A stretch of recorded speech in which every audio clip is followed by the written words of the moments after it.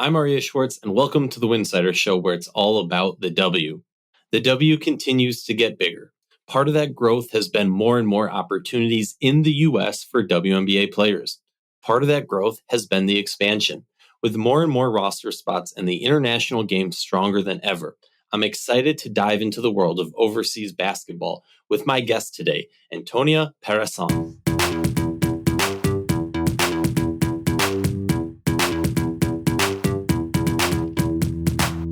If you like our show, please consider joining our Patreon community, patreon.com/Winsidr. For less than a cup of coffee a month, you can directly show support for the hard work we do covering the W. And don't forget to see our amazing staff's written content over at winsidr.com. That's winsidr.com. Welcome back to the show. Very excited to be here and dive in to overseas basketball and its impact in the W, in its own world. There's so much to dive into. But Antonia, very excited to have you on the Winsidr team this season and specifically on this episode. For many years, I have found the overseas game to be so interesting, but also generally an unknown topic to WNBA fans. We've tried to expand that a little bit at Winsidr. We've had some success, some failure. I'll be the first to admit it. But I truly believe that it's such an untapped market because there's so much growth that WNBA players have overseas. And now with the expansion and with more roster spots available in the W, I think we're going to see a huge influx of overseas talent coming over to the W. And now for you, right, like you have some extremely deep history with basketball, but also an extremely deep and unique experience in the ways you interact with basketball. I'm talking specifically, you came up through the Italian basketball program. You played college ball in the U.S. You've played professionally. You've coached. You work as a scout in the women's game. I mean, there isn't an aspect of women's basketball that you haven't touched on. And I think not only am I very honored to have you as part of the Winsidr team, it is always a great honor and just really cool for me to be surrounded by people who have such vast basketball knowledge. But also this is kind of an episode that when, you reached out to Winsidr, I was extremely excited about the possibility of doing something like this. So first of all, welcome to the show. Sorry for the long-winded intro. How are you doing today? Thank you so much. I'm doing really good. And I want to also thank you for giving me this opportunity to work with you and work with the Winsidr team. I think that what you guys have been doing has been amazing. Like how you guys have been helping the W to expand. Like it's literally, I've been watching it from outside as a fan, and I've been inspired by your work. So thank you for allowing me to be part of your team. That's my first thank you. Then the second one is thank you for allowing me to be here and talk a little bit about overseas basketball.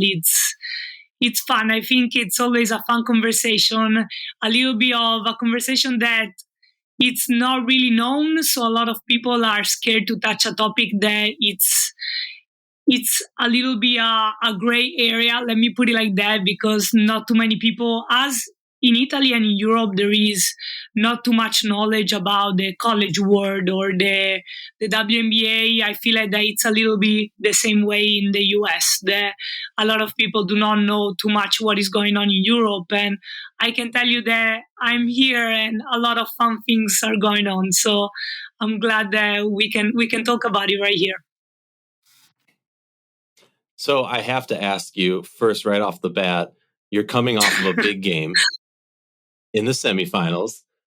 You hit 2 free throws with around, was it 30 seconds or 18 seconds left? Your team was up by 4 at the point. You put them up 6 as time's expiring. Clutch free throws. Hate to put you on the spot, but I have to. What was going through your mind as you go to the line and you hit both those free throws? That's a good question. I might sound like crazy right now, okay? But I talk to myself when I'm on the free throw line. I'm like, because I know a lot of times, players in those moments heads go crazy, they start to think, oh my God, now if I miss. So I just tell myself, this is going in, this is going in. So I just repeat to myself this phrase so I can think about anything else but the ball going in. So that has been helping me since my college days. I gotta say, one of my assistants at that time helped me with this little trick, and I've been bringing it with me even right now, still playing professional. So yeah. That's so cool. I always find free throw routines, and because there's so many moments where so much is going on, right? Like I can ask somebody about what was going through your head when you set that pick or when you hit that shot. But in those moments, the fast pace of the game is happening. There's so many different intangibles happening. It's so rare, like tip offs, jump balls, and free throws, or maybe even inbounds. Those are the plays that in my mind are so individual, so mental, and on it makes me think of a movie, because those are like when that player is sitting there and they silence out the crowd and you just hear that player talking in their head, or one bounce, two bounce, whatever that left right foot, like whatever it is. I find it so cool. I realize I didn't intro what the game was and what team you're playing for. So why don't you explain to the listeners what the semifinals game was for, what's the importance behind it, and anything else you want to share? Yes, no, but I think as you, I feel like that it's those little episodes sometimes, and it's true. I feel like that it's really individualistic how every player approach that, or even after you come, after timeout situations, everybody gotta focus on something different to keep their minds into that. So I love it. I heard a lot of players doing the right foot, left foot, left foot, right foot, so I think everybody got their own tricks that they talk themselves into.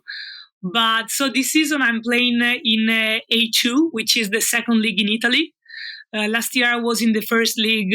This season, this team close to home. I'm literally 30 minutes from home, so it was beautiful for me, That's amazing. And so I decided to go play there. It's Treviso. You probably have heard already this city from the old times of Benetton Treviso. That's where Bargnani was playing. They were big time, They still have a team, still in the first league, the boys. And we are in the second league women playoffs. It was the semifinal. We beat the fourth seed, which was also one of my previous teams, in the quarterfinals. Game 3 there as well. Game 3 finished 2 points difference. So it has been insane, these playoffs. Now we just beat the first team in the league. Game 3 as well, 1-2-1. Every game, first game we won by 1, second one buzzer beater, they won. This game finished by 2 points. So it has been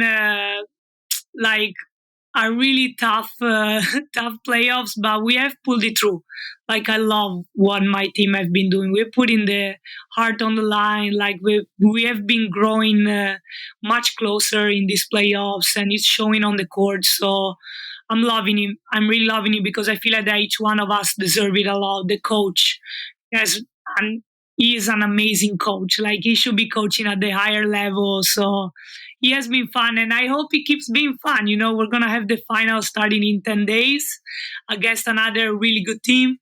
They have an Olympic player in their team that played Olympic with Germany. So they're really good. We're going to see, but we need to enjoy that. That's rule number 1.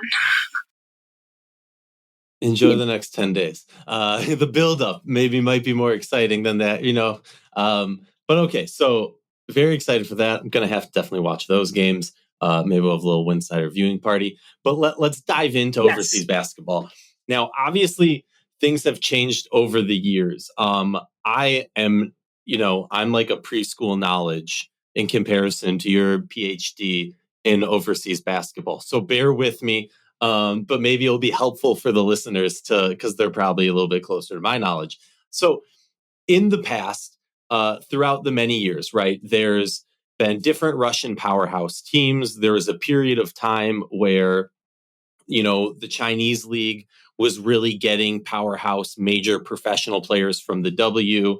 I'm talking Sylvia Fowles, Candace Parker, Maya Moore, and many, many others.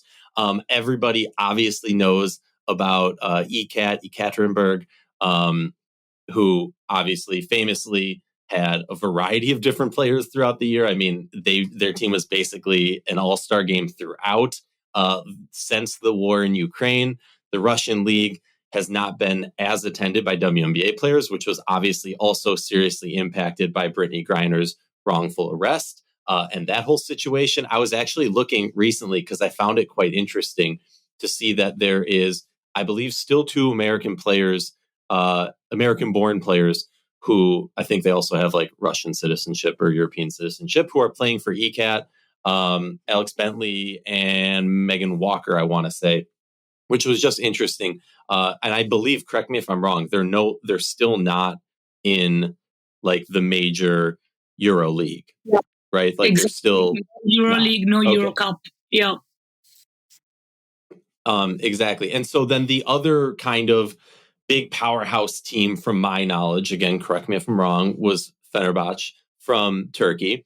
And obviously they were typically that second team that was kind of fighting with ECAT in the finals, in the semifinals. Sometimes they, lost in the quarters or the whatever. But in general, those in my mind were kind of the two powerhouse teams that were paying crazy amounts of money to get WNBA players.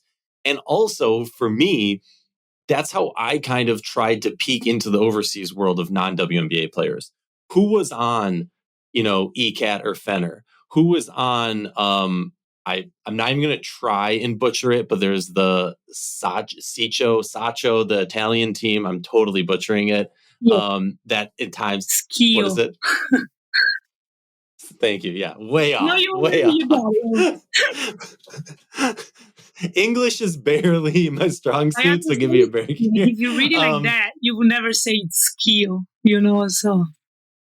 Okay. All right. I'll take that. That little bit. And so I think it's been really interesting. But so now, Fener has still had a large amount of really strong American-born players, WNBA players. But I'm curious for you, like these days, now that we're a few years removed from ECAT being that powerhouse, and this will lead into my next question, but like kind of who are the main teams now? Who are the teams that are making big noise that either have a nice presence of Americans or don't? But like who are the main teams in EuroLeague and Euro Cup these days? Oh, that's a good question. And I feel like that you explained a lot by explaining the Russian teams being cut out of EuroLeague, because I agree, it was Ekaterinburg. I remember you were watching the roster and it was all the best WNBA players playing there together. Like it was insane to watch. Like not even WNBA teams had that many stars playing together. Like it was crazy for real to watch.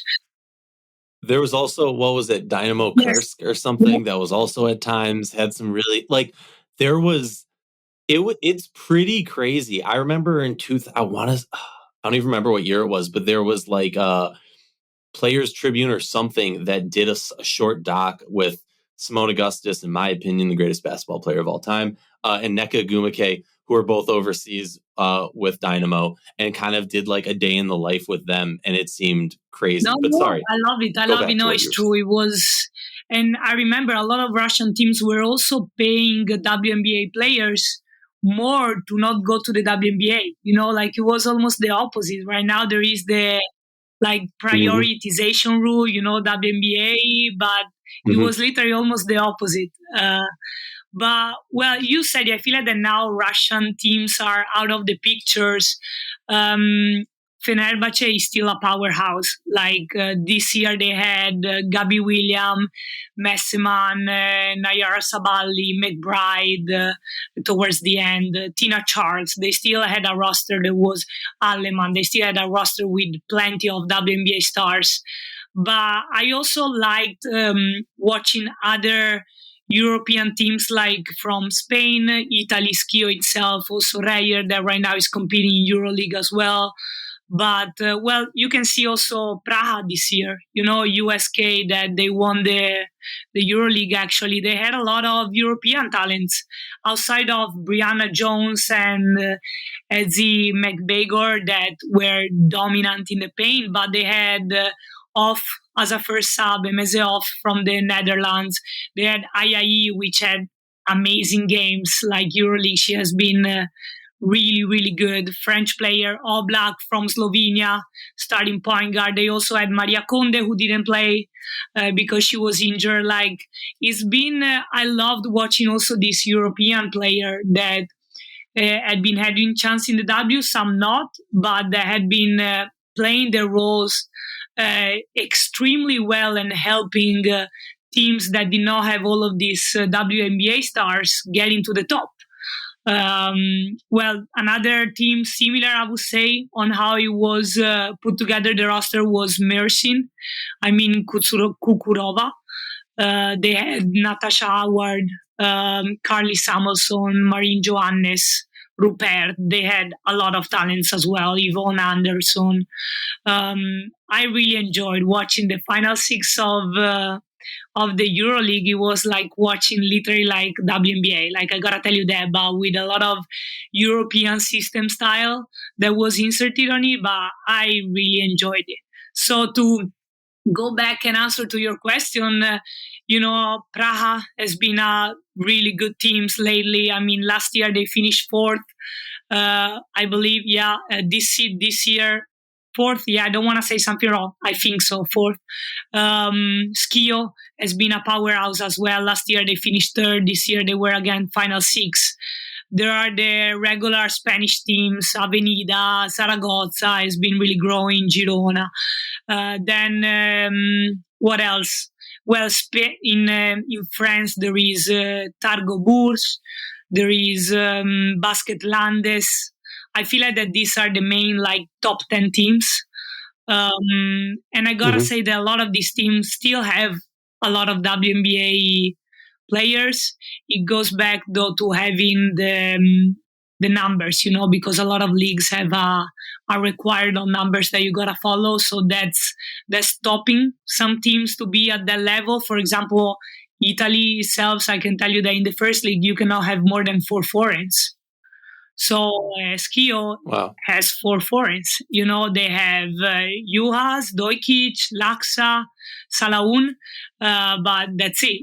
They have 4 foreigns because that's the limit. While, for example, Fenerbahce or teams in Spain do not have limits. They have limits on Americans, but not on Europeans. So that also changes the level of players that you can get. Obviously, Skio gets all the best Italians that they can get. So that's what's helping them. But yeah, yes, I love watching EuroLeague, Eurocup. I think that the level has been rising, even though unfortunately, because of the WNBA prioritization rule, some cannot come.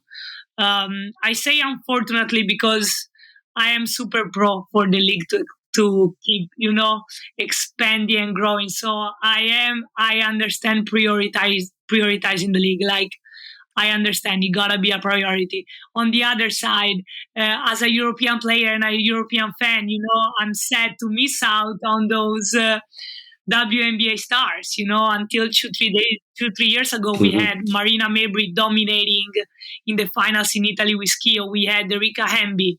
Natasha Cloud came to Skio. We had a lot of WNBA stars coming, but I love also the Unrivaled League. I'm glad that the WNBA players have a way to, be also financially, have a financial way of staying in America and playing other leagues there to keep growing the game there. Absolutely. Yeah. Yeah, and you kind of touched on this, and just to give our listeners a little bit more understanding, each country's EuroLeague, Eurocup, all of the, the different leagues and whatnot create different rules. So in some countries and some leagues, it's you can have a foreigner, but they can only play X amount of minutes, or they can't play in the fourth quarter, or you can only have this amount of foreigners. And the part that I think is really hard for people who follow American sports to understand is, look at a team like Fener. They have their local roster for when they play in the Turkish league, and then they have their international roster because there's different rules. So a player maybe is on Fener for the local roster. By local, I mean the national roster, for the National League, where they can have, unlimited foreign players playing all the minutes you want, but then they have their roster for Euro Cup or Euro League. They would never be in Euro Cup, in Euro League. And you have all these rules, so they have to decide who. And by the way, shout out to the Fenner jersey behind me. Had to do it for this episode. I need more Euro jerseys. But yeah, so I think it's really interesting. It's hard to wrap your head around for us Americans who don't have as much of a concept of it. And also, if I'm being blunt, it's really hard, not just with the language barrier. Google Chrome does a great job of translating web pages these days, which makes my life so much easier. But there is struggles in following the league because there's so many different leagues, because they're playing in this local league versus National League versus Euro Cup versus Euro League, whatever it is. It gets really complicated. So there's a lot of rules. At some point, we're going to have to write like a primer of like breaking down the four major leagues, countries, whatever it is, and just rules so people understand it. But you did the perfect segue. For so many years, it felt like there was almost this Cold War going on between the WNBA and the European leagues. All of the best WNBA players, you said this before, some of them were getting paid to not play in the W. Like 50 times their WNBA contract. Don't go play in the W. If you want to pay me not to work, please do that. That would be amazing. You want to pay me to rest? Like, come on. And so there was a lot of fluctuation. And I think if you did a great job of explaining it. You can view it from the WNBA side, you can view it from the European side, or you can view it from a I love basketball side. And I try and view it from the I love basketball side, which is I get both sides of it. The WNBA was hurting. Their opening weekends were not as powerful, as entertaining as they should be, and their seasons were getting damaged because WNBA players were overseas, were showing up the first day of the season, a week into the season. Heck, I remember there was one year Kayla McBride had just won. Either they did win or they didn't win the EuroLeague. And then she comes over on like the Lynx third game, flies from, I want to say it was from Turkey to LA, meets the team in LA, hits a game winner. And everyone was like, oh my God, this is amazing. Then like the next three games, she just looked completely wiped because how can your body take that? So eventually we all knew this was going to come to a point where the W is going to have to say something. So the W says you have to be over the prioritization. I'm curious from your perspective on the European side, have you seen an impact in the league? It seems like, and this is complete, I didn't prep you on this and I have complete no knowledge of this, so please explain to me. But it seems like for me that maybe either that the European leagues end a little bit earlier now, or maybe it's just how it normally works and it seemed different before. But it seems like the European leagues, EuroLeague, the national leagues, whatever, end a little bit earlier. So there is that space, because even if I'm looking at it now, like how many games are still, like how many leagues are still going on right now? I know, with Dorka Juhas, she just announced she's going to be sitting out for personal reasons because she's been playing year round. Blow to the Lynx and the W, but also a great gift to the Lynx that she's sitting out. They don't have to worry about making a roster decision before she's actually come over. But so I'm curious, I know this is super long-winded. What do you think about from like how it's impacted overseas basketball, the prioritization? No, yeah, that's a good question. Well, to answer to your previous question, yeah, for example, Italy, Juhas is sitting out. She's playing tomorrow the final. She's playing tomorrow the final Schio against Reyer. They are 2-2, another crazy final. Like there's gonna be game 5, like last game of the series, and Schio was up 2-0. Then Reyer recovered. Now they are 2-2, so it's a hell of a game, But I've seen a little bit the difference. I've seen it because I feel like that as it happens everywhere, the teams that had the most money were able to bring really good WNBA players, while the teams that had a little bit less money, so the lower level teams, were not able to bring that caliber of players. So there was a larger gap, And I've also seen it that, for example, to give you an example of Italy, there is the rule that you can get 4 foreigners But you can also pick 4 Europeans. But if you want, you can pick 2 Americans, but max 2. So you gotta be 4 foreigners, max 2 Americans. So it's really few spots. Really few spots. So they gotta pick right the players, pick inside of the system, inside of the team that you want to build. And I feel like that a lot of clubs have been going with Europeans sometimes. Like I'm seeing Skio itself right now. They have Juas from Hungary, they have Dojkic from Croatia, they have Laksa from Latvia, and Salahoun from France. Like you kind of turn a little bit more into the Europeans that are a little bit less not touched by it, but the prioritization rule touched them a little bit less because of also Eurobasket, and there are other events in Europe some summers that allow them to finish the season, because a lot of players find themselves, even if they have been shortening the seasons, but not to the level that players, right now, these players are in WNBA rosters, but they are not able to be at the training camp because they're still playing the final. So I've seen a little bit the clubs being touched by this. There is not a Marina Mabry that in game 3 she scored 35 and lets you win the game alone. Like I've seen her just give me the ball, I'm going. Like there are no those players anymore. But at the same time, I feel like that it gave more chances also to Italians in a certain way, to Europeans, because there are more clubs that are investing in Europeans, and so there are more Europeans that are growing their game in Europe. I feel like that he has the pros and the cons to it. But as we said before, I feel like that as a fan, I could tell you I would hope that there would not be this rule, but as a WNBA fan as well, I comprehend and I understand.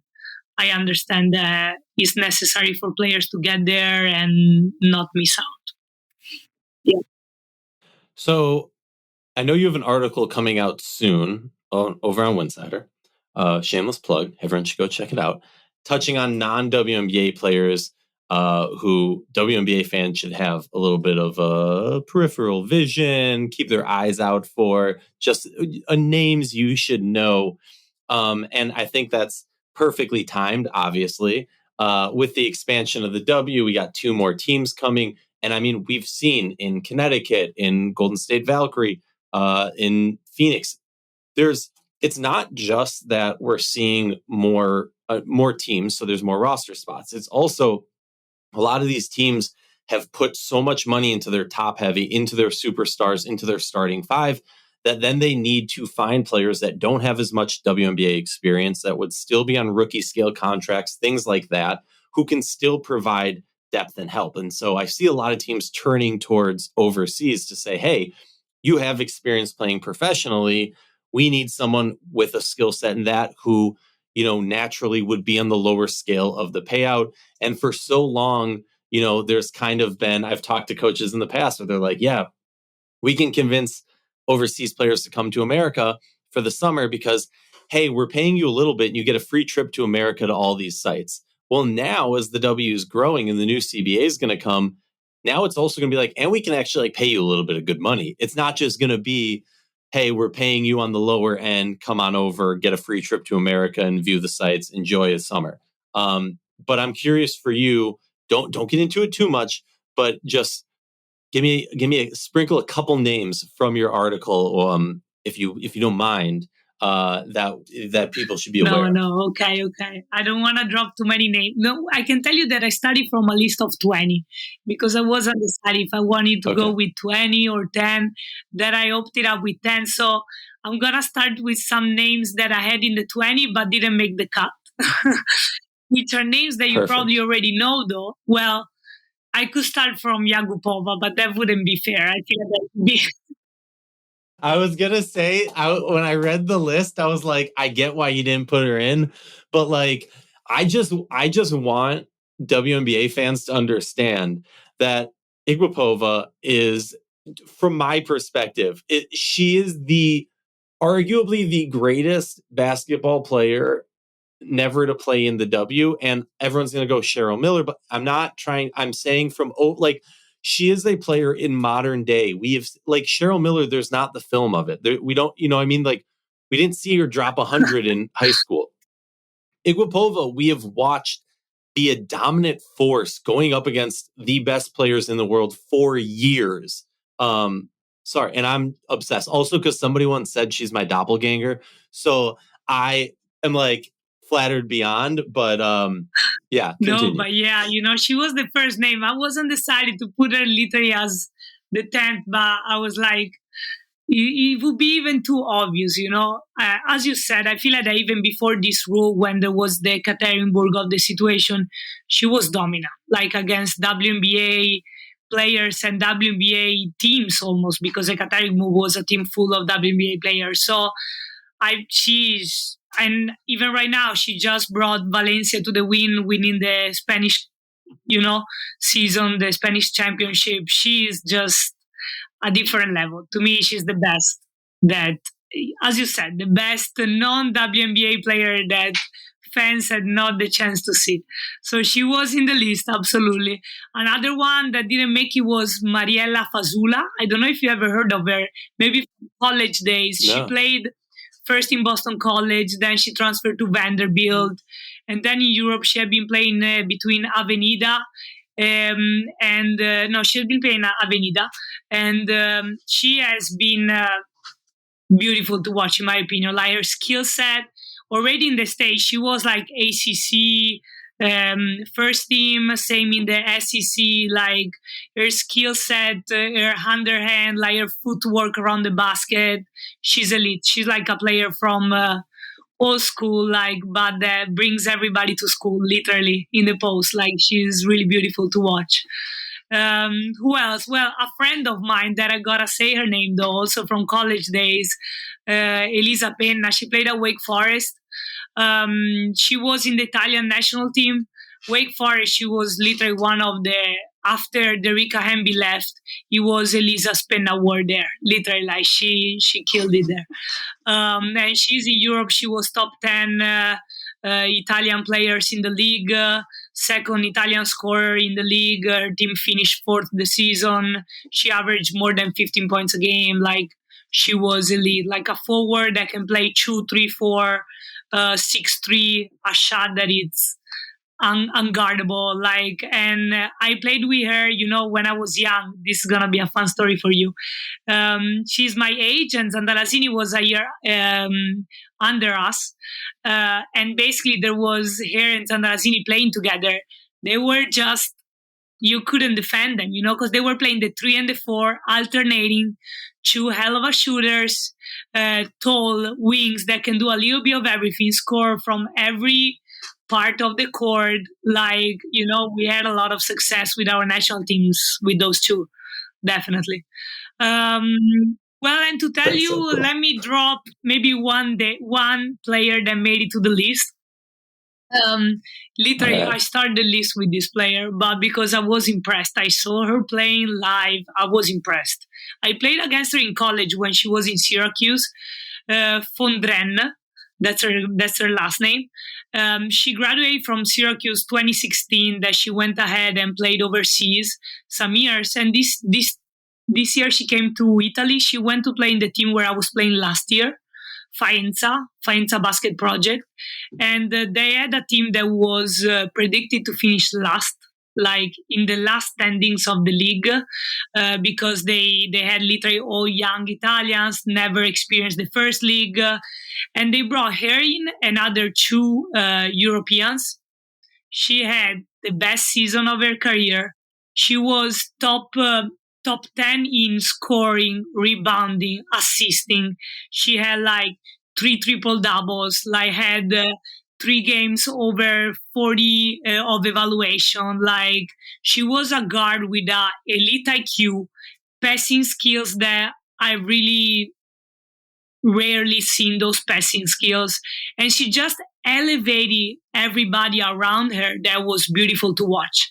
Like the coach there has a really particular playing style that is really free, like open opportunities for everybody, not really like different from a regular calling the play set. It's more like dribble drive, but everybody creates opportunity, and she literally just created opportunities for everybody. Like she was averaging like insane numbers. Like I do not remember exactly, but like 17, 8 and 8, that could be something like that. Like I wouldn't be surprised. So she was fun to watch.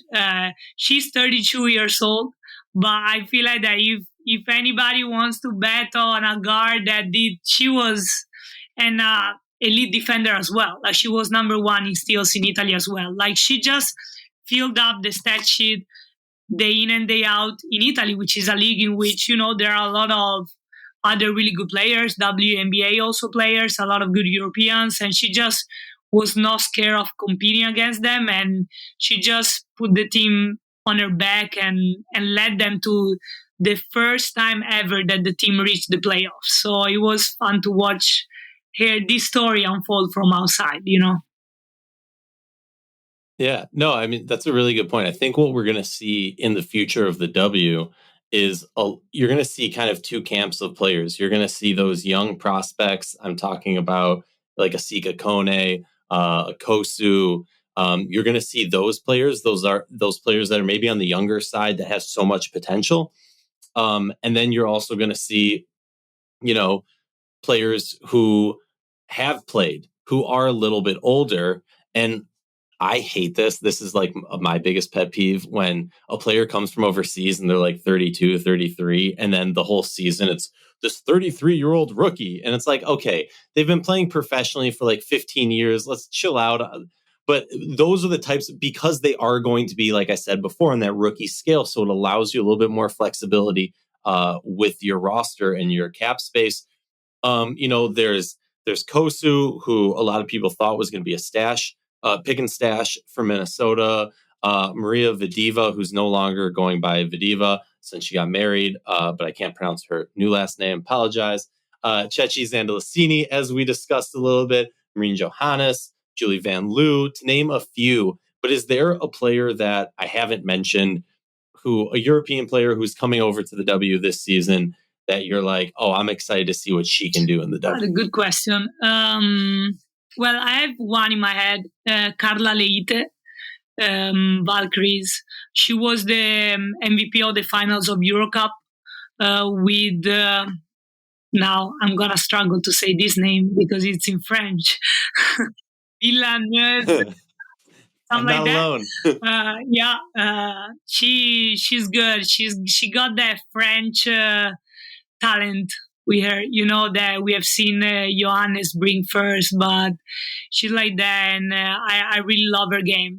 And she's not afraid of the spotlight. She's not afraid of taking responsibility at such a young age. So I feel like that she's gonna be fun to watch. Another one that actually did really, really good in the last preseason game of the Valkyries is the other French. The French player, the French teammate, her name is Mami Yan Touré. She went to double figure, literally in 30 minutes. She had a hell of a game. She's another one. And the crazy fact for her is that she's not even in the French national team. She's on the 3-on-3. She has been on the 3-on-3 national team for years, but she's not even in the 12 of the senior national team of France. That's how much talent there is in French and in some of these countries overseas. Wow. And one last one I gotta say, because I've been seeing her in Europe dominating this past year, is Yvonne Anderson with Connecticut. I'm curious to see her, competing, because she has been competing in EuroLeague this past year and in Eurocup at really high level. She even played in Italy past seasons in Reyer, and she has been the player for the Serbian national team in this past year that really led them to good results at Eurobasket, Olympics, and everywhere. So these three come to my mind, but I feel like that you have said also many other players. I mean, starting from Zanda, Cecilia Zandarazzini with the Valkyries.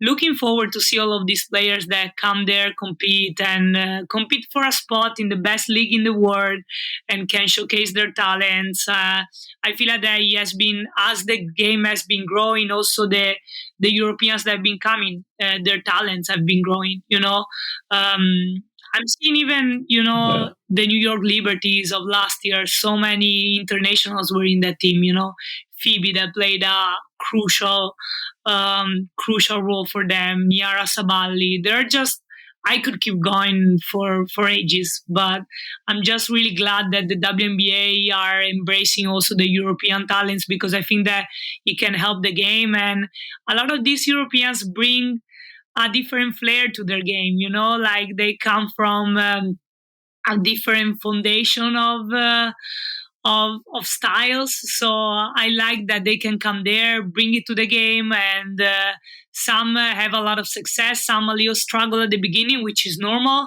But I feel like that it's fun to watch them there compete, because I feel like that a lot of them belong there. So it's only right to see them there. Yeah, no, it's been amazing. And obviously, like, Xana Lacini's a player who, I got to see live for a few years in Minnesota. Then there was that gap. And then when she came back, the growth, the confidence is just so cool to see. And I think, at least from my perspective, when she first came to the W, there was so much talk of that potential. I think so often we hear about these players, like we hear these draft European players, we hear they have potential. Maybe you see like a little glimpse of it as they're playing, but they're still really young. And so often in the W, they go back overseas. Maybe there isn't a roster spot for them for the next 3 years, so they don't come back. And then maybe we see them many years down the road and they have grown, and you've seen that potential come to fruition. It's really cool. We're definitely going to be talking more overseas basketball. And especially when the season gets going and some of these players are truly standing out and making their mark in the W, we will be discussing it definitely more. Reminder, keep your eyes out for that article about overseas players who have not played in the W that will be coming out shortly. And thank you for making the time. I know it's probably like 5 a.m. No, it's not actually, but the time difference is not easy. I get it. I appreciate you. And I'm excited for the WNBA season, and best luck 10 days from now. We got finals. Okay. We are in prep. I hope you're drinking your raw eggs. You're doing the stairs. You're running like crazy. You're getting the conditioning, because I see you on the court. You're a leader on the court. Thank you. Like that about Thank your you. game. I try to help however I can. I just want to win, literally. So I just try to bring whatever I can to the table to help my team win. Yeah. Love it. Well, we'll be back later. Thank you so much. Really appreciate it. Thank you.